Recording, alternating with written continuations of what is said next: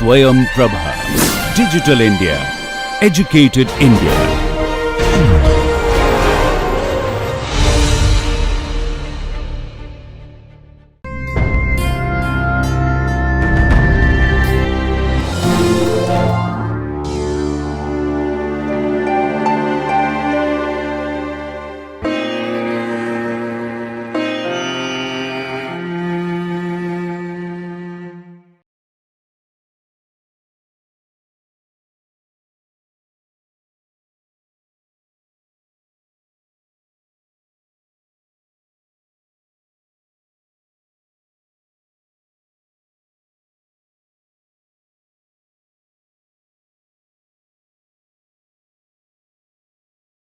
Hello, dear students. Today we are going to have a discussion on Piaget's theory of cognitive development.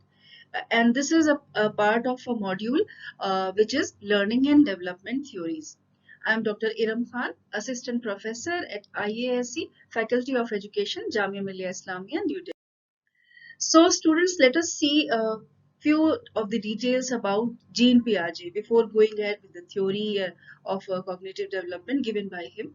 So, he was born in 1896 and he stayed in this world till 1980. Jean Piaget was a Swiss biologist and he later on turned into a cognitive and child psychologist. He is well known for providing a stage theory of cognitive development for explaining the development of thinking in human beings from the stages of infancy to adulthood. And he was having a very keen interest in studying the cognitive and child psychology that he, along with his wife, devoted their precious primary years of their marriage into the study of the cognitive development of their own three children by making them the subjects of their laboratory study. And that is why we can say that this particular theory is based on a longitudinal study, which actually means that the entire lifespan, the early lifespan of the three children of Jean Piaget were studied. So it was done in a longitudinal manner. That's why we can say that it's a longitudinal study. So as a result, today his theory of cognitive development has no parallel in the history of research in the field of developmental, cognitive and child psychology. So today we are going to have uh, like a thorough discussion on the cognitive theory of Jean Piaget. So let us see. Basically, Jean Piaget's theory of cognitive development explains how a child constructs a mental model of the world. He disagreed with the idea that intelligence was a fixed trait and regarded cognitive development as a process which occurs due to biological maturation and interaction with the environment. Piaget was the first psychologist to make a systematic study of cognitive development. His one of the most important contributions include a stage theory of children's cognitive development, which is the topic of discussion today. So Piaget showed that young children think in strikingly different ways as compared to the adults. So according to Piaget, children are born with a very basic mental structure, genetically inherited and evolved, on which all subsequent learning and knowledge are based. He designed a proper framework to understand the structure, functioning, and development of the cognitive network of human mind. He postulated that, like physical organs of the human body, there are two aspects of the human mind, and which he regarded as the cognitive structure and the cognitive functioning. So now let us see that what are the basic components of Piaget's cognitive theory. First of all, we will just take a brief or quick overview of what are those basic components, and then we will go ahead and discuss in detail about all those components one by one. So the first component here is the cognitive structure. Under this cognitive structure comes the concept of schema. Schema or building blocks of knowledge. Then the second basic component is the cognitive functioning, which is basically the adaptation processes that enable the transition from one stage to another. And under this, we have got three, or you can say there are four stages. There is equilibrium and disequilibrium. We have got assimilation and we have got accommodation.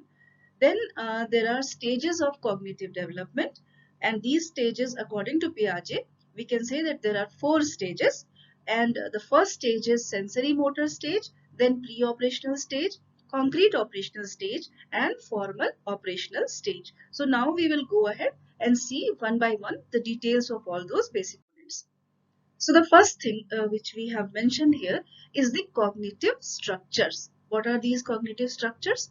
So unlike other creatures, the human baby is born with a few practical instincts and reflexes, such as sucking, looking, reaching, and grasping, etc. So, therefore, the initial cognitive structure of infants is supposed to incorporate only those cognitive abilities or potentials which help them to do all these acts, like looking towards some entity, or if somebody is calling, they will look towards that person, then reaching out or grasping some of those things or noises which are actually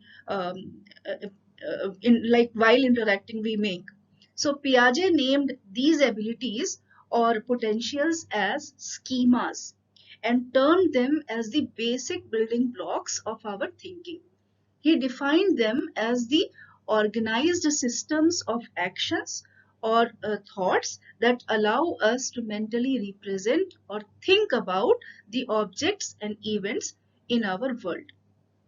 So, we will just have a detailed view that what exactly this term schema means, because schema is the most important and the most primary basic component of the theory of Piaget, given by Piaget. So basically, as we have earlier also detailed, that schemas are the basic building blocks of cognitive models and enables us to form a mental representation of the world. In more simple terms, Piaget called the schema the basic building block of intelligent behavior, a way of organizing knowledge. So, moreover, it is useful to think of schemas as units of knowledge, each relating to one aspect of the world, including objects, actions, and abstract concepts. So, when Piaget says about the development of a person's mental process or processes, he has referring to increases in the number and complexity of the schema or the schemata that a person had learned. When a child's existing schemas are capable of explaining what it can perceive around it, it is said to be in the state of equilibrium. That is a state of cognitive balance. Piaget emphasized the importance of schemas in cognitive development and described how they were developed or acquired. A schema can be defined as a set of the linked mental representations of the world, which we use both to understand or to respond to situations, different situations. The assumption is that we store these mental representations and apply them whenever they are needed. For example, a person might have a schema about having food in a restaurant. Here the schema is a stored form of the pattern of behavior, which includes like first the person enters to the restaurant, and if he is willing to have some food, first of all he will look to the menu. Then after selecting the food items which he want to have, he will order the food. Then he will eat the food and pay the bill. So this is an example of a schema. Basically, the entire process of entering to a restaurant and having food and then paying the bill. This is something which is actually there in the mind of a person in the form of a kind of you can say steps, which is here can be explained as schema. So whenever they are in a restaurant, a person is in a restaurant, they retrieve this schema from memory and apply it to the situation. So there is no any stress on the memory whenever we enter to the restaurant, because everything is there in our mind. So we just have to recall and we have to act accordingly. So Piaget believed that newborn babies have a small number of innate schemas, even before they have had many opportunities to experience the world. So these neonatal schematas or schemas are the cognitive structures underlying innate reflexes. These reflexes are genetically programmed into these newborn babies. For example, babies having a sucking reflex, which is triggered by something touching the baby's lips. So if a baby will suck a nipple or a comfort toy or a person's finger, like if some sort of thing is actually in close touch of this baby's lips, he will be inclined or she will be inclined to suck it. So Piaget in this way assumed that this baby is having the schema of sucking anything which is near to the mouth of the baby. So this is something which is called as schema. Now let us see what is ahead. So the various schemas with their contents form the basic structure of the human mind. So the earlier schemas represent those reflexes and instincts that are biologically inherited. However, as a child grows with the interaction of physical and social environment, this child is able to form different schemas, resulting in changes and modifications in his or her cognitive structures. Now let us see the next basic component, which is the cognitive functioning. So earlier we were taking a look towards the cognitive structure, under which there was the discussion on schema. So now it is cognitive functioning. What is cognitive functioning? So the structure of an organism is said to play a decisive role in its functioning. So what is available to an individual in terms of his or her schema decides how this person is going to respond to the stimuli present in his or her physical or social environment. So on the other hand, the individual has to adopt or adapt to his environment for survival as well as for proper growth and development. So if there are certain things which are not present in the environment, so we have to restructure our schema according to the needs. We have to change or make an amendment in the schema. So this is something which is mentioned under the cognitive functioning. So the key to this cognitive development lies in the constant interaction with an adaptation to the physical and social environment of the child. So schema has to be changed whenever there is a different situation. So the task of such adaptation is carried out through the process of assimilation and accommodation. And we are going to have a like discussion on what exactly this assimilation and accommodation mean. So first of all, let us see what is assimilation. Assimilation refers to a kind of matching between the already existing cognitive structures and the environmental needs as they arise. In a situation where a 6 months old infant is given a new toy, suppose we have given a new toy to a 6 months old neonatal, it is likely to respond. This small child is likely to respond by putting the toy in his or her mouth. So the first thing which this child will do will put this toy into his or her mouth. So this is assimilation, as what the child did was to assimilate, incorporate or fit ideas about the new toy into already existing cognitive structures about old toys. So that's why we have to be very much cautious about giving different type of toys to children of a very small age, because the first thing which they do is to put all these toys to their mouth. So this child's cognitive structure about old toys revolve around the sucking schema, because the first thing which this fellow did was sucking.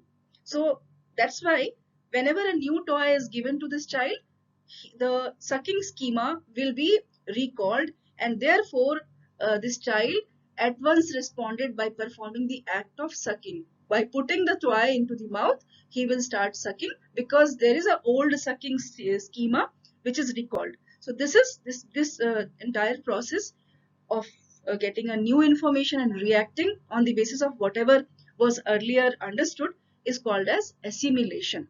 So students, now let us see the next basic concept, which is accommodation.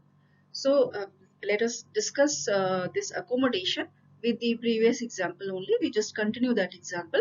So in this case, the new toy which is given to this newborn or a 6 months baby is too big to be picked up and placed in the mouth, because earlier he was picking up the new toy and placing it in the mouth. But suppose we have given a new toy and which is bigger enough so that this baby is not able to pick up and place it in the mouth.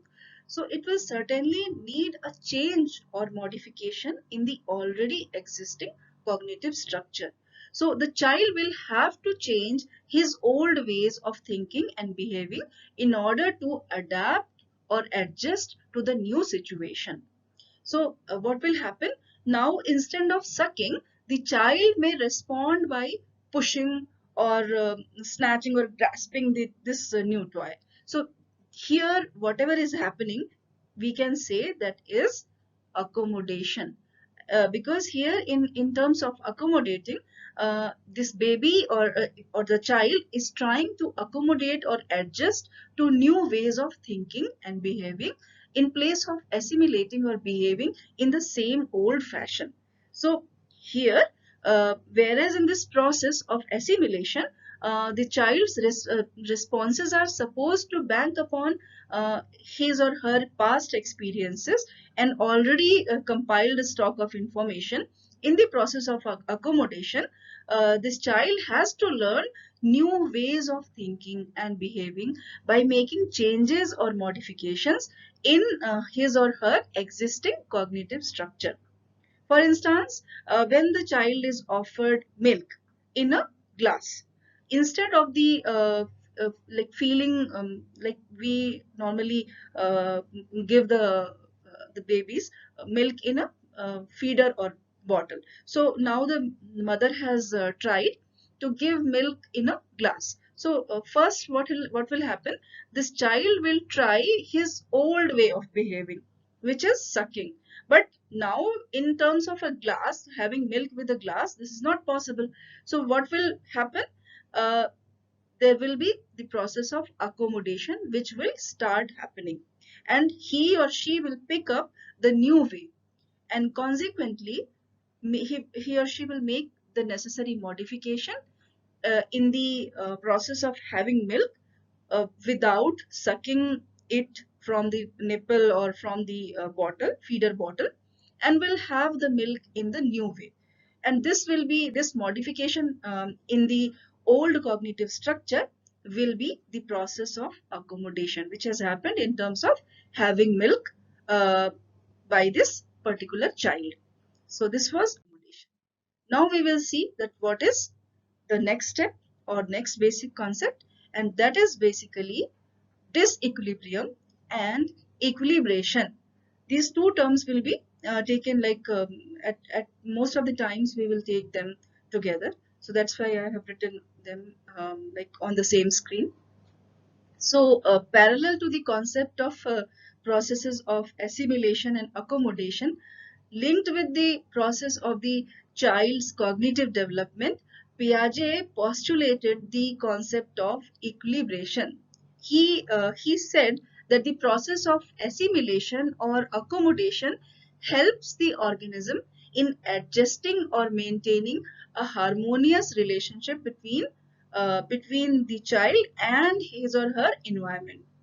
This adjustment mechanism uh, is it can be called as equilibration because this is regarded by Piaget in the form of equilibration.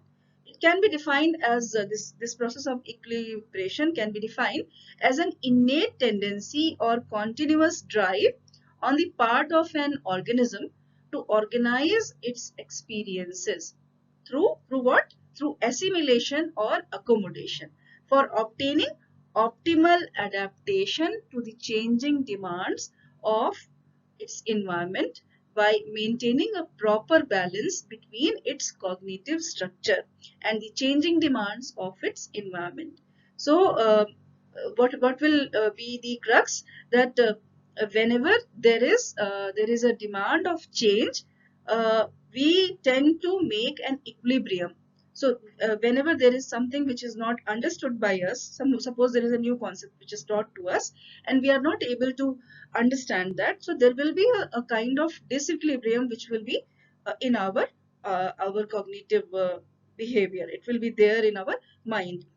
We try again and again to understand that particular concept, and until unless we understand that concept, there will be this disequilibrium. And once this concept is understood by us, there will be the development, or you can say that there will be equilibration in our mind.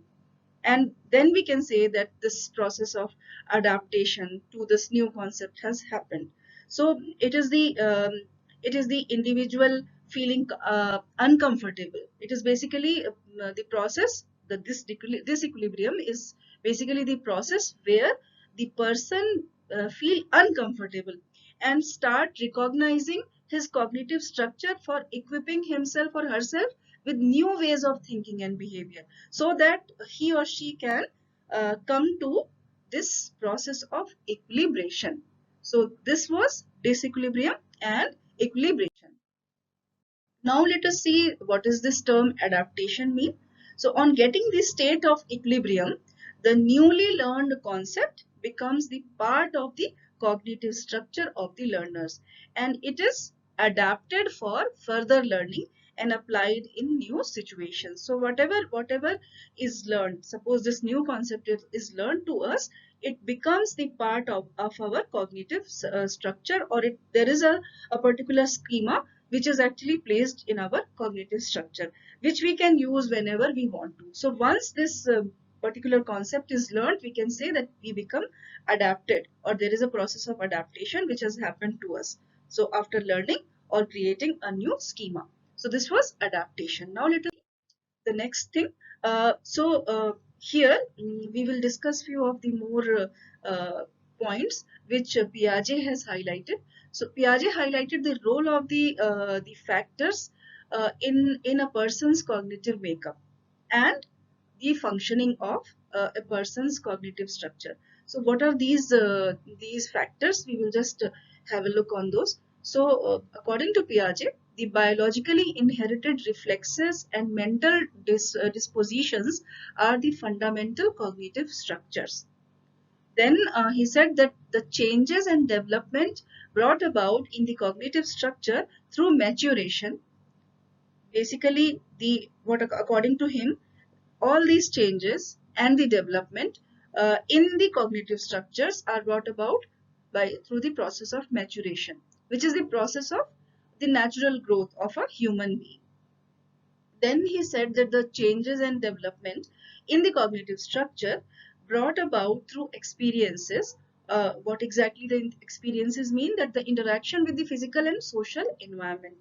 In all those cognitive changes or things which are happening in some sort of where some sort of change is involved, uh, and then the cognitive structure is developing. Uh, all these changes brought about by the experiences involve the process of assimilation, accommodation, and equilibration. So this is these are few of the highlights which were given by Piaget in terms of explaining his theory of cognitive development.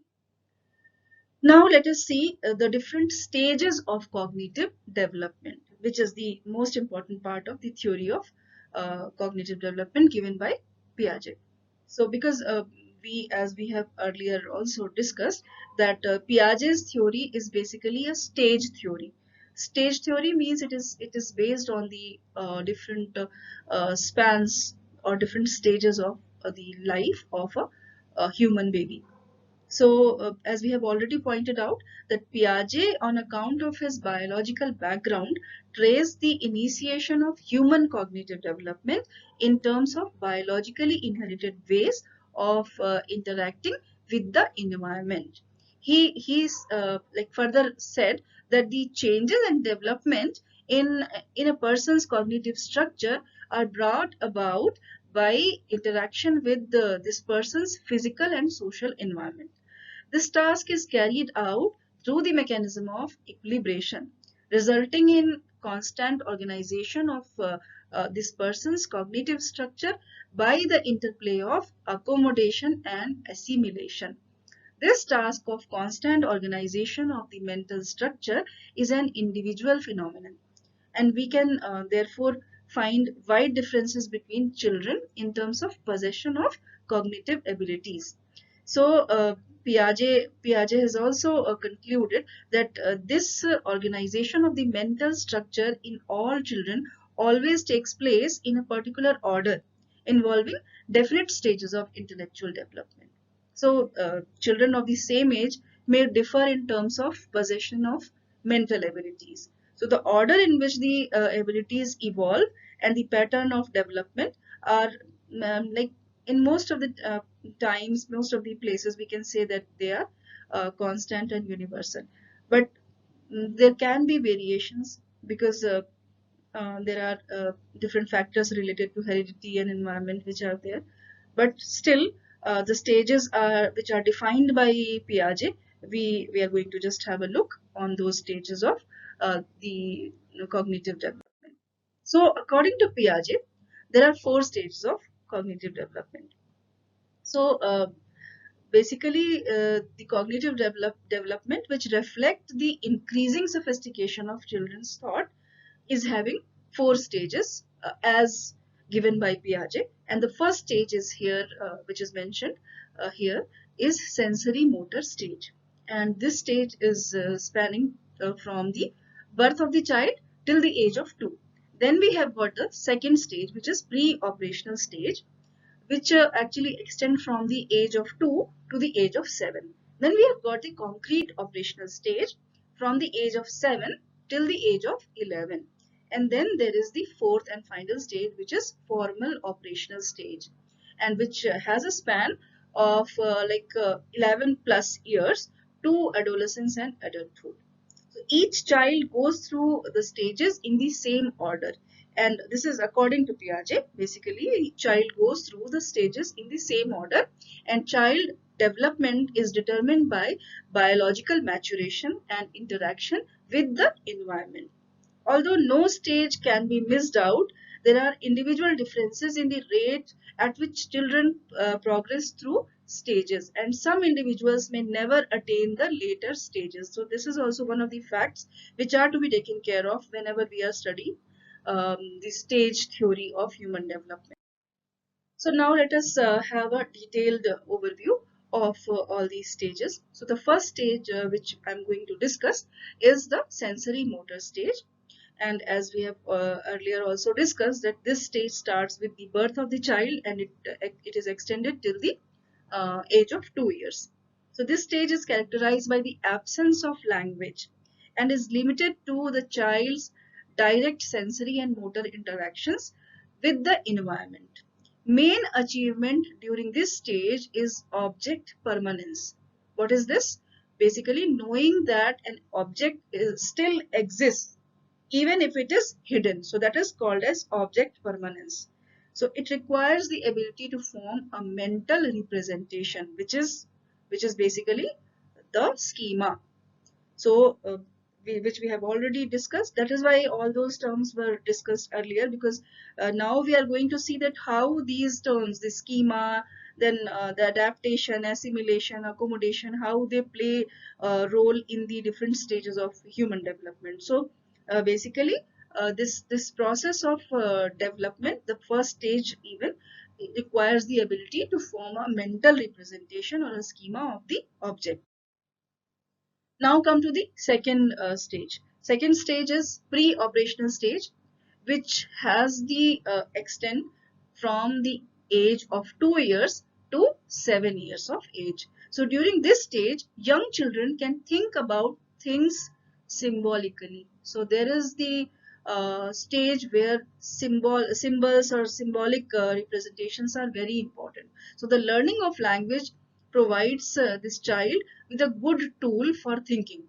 Thinking is still egocentric, and the infant has difficulty taking the viewpoint of others. This stage we can subdivide into the first part is pre-conceptual phase. Approximately the pre-conceptual phase starts with the initial phase, which is 2 years, and it is extended till 4 years. So this is the period of rudimentary concept formation. So the mode of thinking and reasoning is quite illogical at this stage. Then we have got the second sub part of pre-operational stage, which is intuitive phase, which is extended approximately from the age of 4 years to 7 years. So at this stage, the child progresses towards the formation of various concepts at a more advanced level. But still, the thinking of the child at this stage is full of contradictions and confusions. So still the development of logical thinking has not happened, and egocentricity and everything is mine only, this type of feeling is there in this child. Now let us see the third stage, which is concrete operational stage, and this stage starts from the age of 7 years and extends till the age of 11 years. So Piaget considered the concrete stage or concrete operational stage a major turning point in the child's cognitive development. Why? Because it marks the beginning of logical or operational thoughts. This means the child can work out things internally in her head. So now she will start thinking, or she can make some logic or logical thinking starts. So rather than physically trying things out in the real world, she can even think of and make the solutions in her mind. So children can conserve the concepts of number, mass, and weight. Uh, this What is this conservation is the understanding that something stays the same in quantity even though its appearance changes. So in this way, the child reaches a satisfactory level in terms of intellectual development by its thinking becoming quite systematic and logical. However, what is done or thought by this child at this stage is done purely on a concrete level. So this is very important to understand that still the concrete understanding is there. So this child's thought process or processes are limited to real events observed or the actual objects operated by himself or by this child. So this child is unable to think in abstract terms. In this way, the concrete operational stage can actually by a pre-preparation for the final stage of the last stage, which is the formal operational stage, which is mainly concerned with abstractions. So we can say that the concrete operational stage is the stage of preparatory stage for the final stage or the formal operational stage. So now let us see the formal operational stage. Uh, the formal operational stage, it starts with 11 plus years of age, and it goes till adolescence and maybe till adulthood. So in the formal operational stage, people develop the ability to think about abstract concepts and logically test hypotheses. So the intellectual development and functioning takes a very sophisticated shape at this stage as the child learns to deal with abstraction by logical thinking. Actually, this child learns to utilize the tool of symbolism as effectively as possible in the process of thought and problem solving. So the child now gets interested in forms. He or she begins to construct relationships between concrete operations and between symbols. So generalizations and framing of rules by operating in abstract terms become quite possible at this stage. So the child now begins to appreciate that some hypothetical problem can be solved mentally by applying the same rule or rules as it would be applied to concrete problems. So now there is like at times it is not desired to do some sort of concrete activity to solve the problem. Even the child can make a concrete assumption, like concrete, she can view the concrete thing, and according to that particular concrete experience, she can make an abstract idea of solving the same sort of problem at some different time. So the child begins to look at problems in many ways and explore various solutions, but in very systematic and logical way. So this is something which is very much important, because in the earlier stage we were seeing that the child was very illogical. There was no logical thinking, but here the child has become very systematic, and the entire thinking process has shaped in a very logical manner. So, for example, if a child of this stage is shown five colorless and odorless liquids in few of the test tubes, and is asked to find out what combination of these liquids which are there in the test tube. Suppose we have taken five test tubes, and how we can make produce a kind of brown liquid by making a putting few of the liquids, mixing of liquids. So this child will likely will go and try to mix these liquids, and will be in a position to make out that which combination is going to give the brown liquid. So there will be a kind of discovery approach which is possible here. So this child will try to discover the possible combination by adopting a systematic approach. So what she can do? Maybe she can combine the first and second liquid, then first and third liquid, or maybe first and fourth, and maybe she can just go ahead and mix the combination of first and second with the third liquid. So this type of experimentations can be done by the child, because she is willing to come to a result in which she has to bring out the brown liquid which is desired. So it is quite distinctive in comparison to the children belonging to earlier stages of cognitive development, who were very simply um, doing things and getting on finding the solutions by different trial and error things, and like there was only concrete operations which were involved. Here thinking and logical thinking is involved. So we can say that in formal operational stage, uh, people start to think logically, and problem solving is started. So this is the very kind of stage where maturity is very much can be seen. So now we have seen all the four stages. Let us see the educational implications of Piaget's theory of cognitive development, because this theory is very important educationally also. So Piaget's theory is based upon biological maturation and stages. We have already discussed this. So the notion of readiness is important. What is readiness? Readiness concerns when certain information or concepts should be taught. According to Piaget, like his theory says that children should not be taught certain concepts until they have reached the appropriate stage of cognitive development.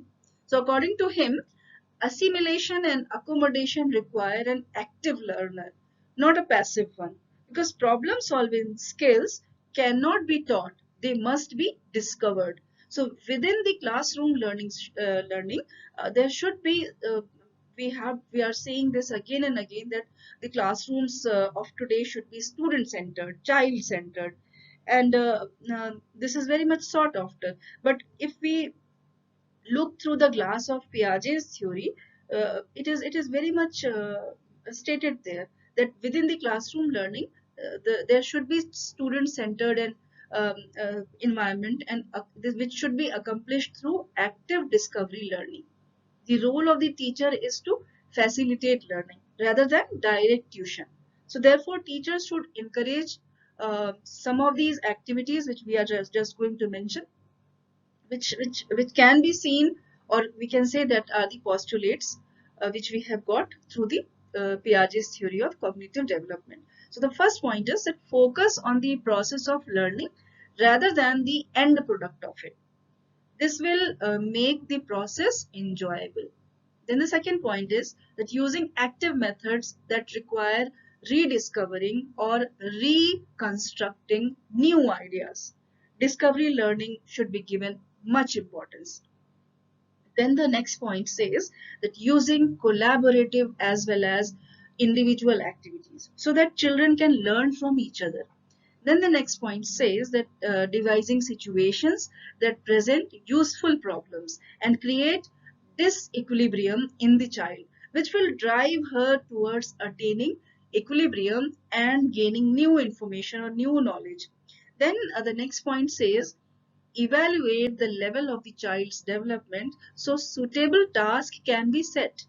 This particular point can help the curriculum developers and educational planners for making age appropriate provisions for the children. So all these were the educational implications of Piaget's theory. So now let us see the critical evaluation of Piaget's theory, because even Piaget's theory was critically evaluated, and there were certain critiques which were placed for this theory of cognitive development also. So the influence of Piaget's ideas in developmental psychology has been very vast, very enormous. He changed how people viewed the children's world and their methods of studying, uh, like the studying of children. He was an inspiration to many who came after and took up these ideas. So Piaget's ideas have generated a huge amount of research, which has increased our understanding of cognitive development. His ideas have been of practical use in understanding and communicating with children, particularly in the field of education in the form of discovery learning. So these are the things which are very positive in case of Piaget. But there are few of those critical remarks also which we have to see, and because critiques are very much important whenever we are having kind of discussion, and we are seeing a theory with a broader perspective. So let us see those critiques or criticisms which Piaget's theory has faced. So the first point is that Piaget's views on the pattern of intellectual development are not as uniform and universal as claimed by him. Uh, he based his theory on detailed observations of European children, because all those samples, we have already discussed that the earlier samples were his own children, own three boys. So what the critics say that the observations are based on the only on the European children. So how we can make a generalization? So in the subsequent researches in Europe and outside, uh, the researchers has demonstrated significant deviations from the chronological ages linked with different stages of intellectual development, which were given by Piaget. So people say that whatever is given by Piaget is based on a narrow sample. So he has not seen these consequences outside Europe. So this is the first critique. Then the next thing which can be discussed in terms of the critique of Piaget's theory is that Piaget's view that thinking proceeds in distinct stages has also been seriously challenged. It has been found that cognitive performances at particular ages is usually very inconsistent. So we cannot make a segmentation, or we cannot put in silos all those things that this will happen in this age and this will happen in that age. So, but in the theory of Piaget, we can very clearly say that it is seen that things are all those activities are segmented. Age wise segmentation is very particularly done. So this is the next criticism.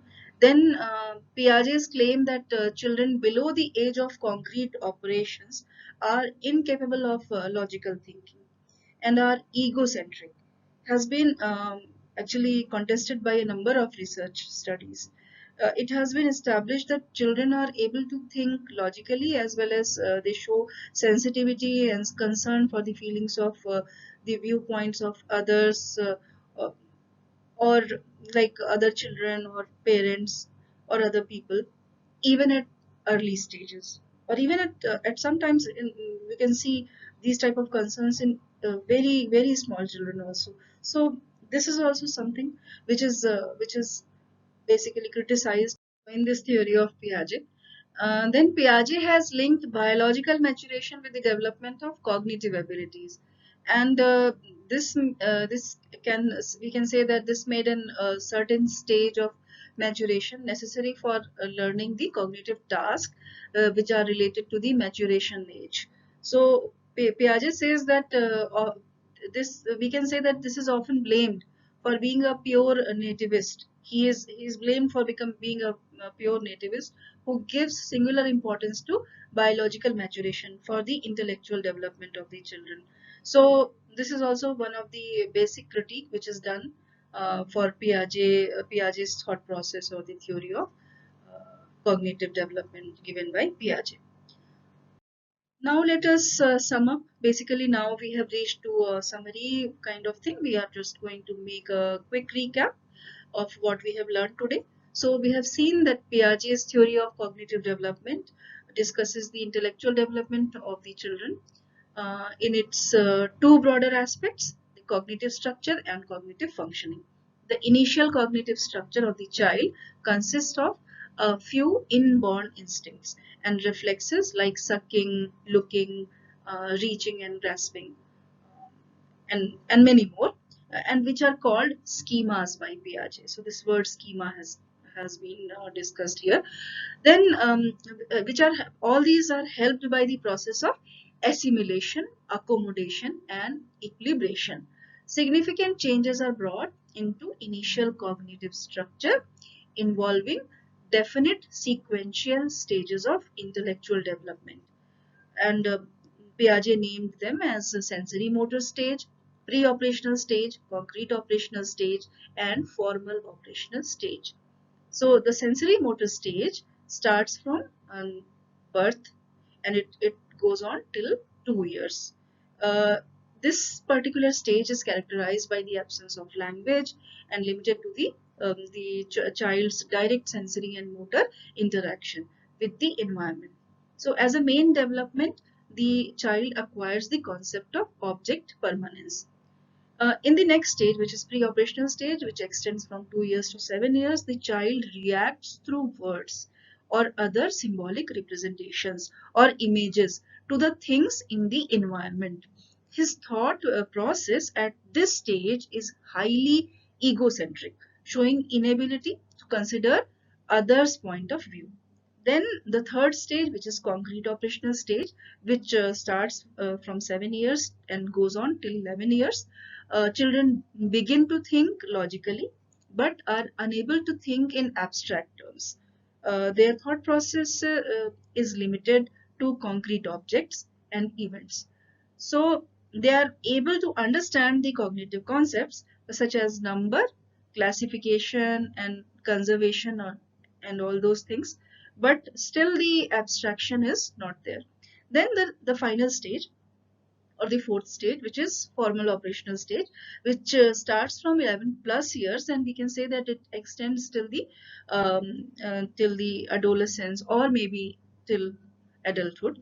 The individuals are able to think abstractly, test hypotheses, and deal with problems that are not physically present in their environment, even those problems which are not physically present.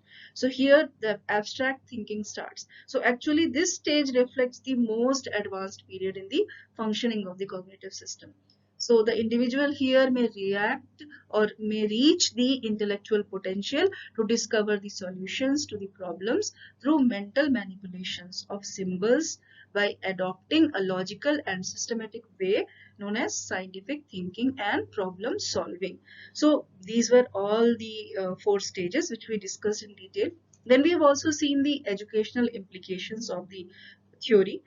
We have seen that how this theory is relevant in today's scenario, even because whenever there is something which is planned for children, we have to see that how these things, the curriculum or any sort of planning, is age appropriate, and this theory gives a very kind of good narrative in terms of age appropriateness.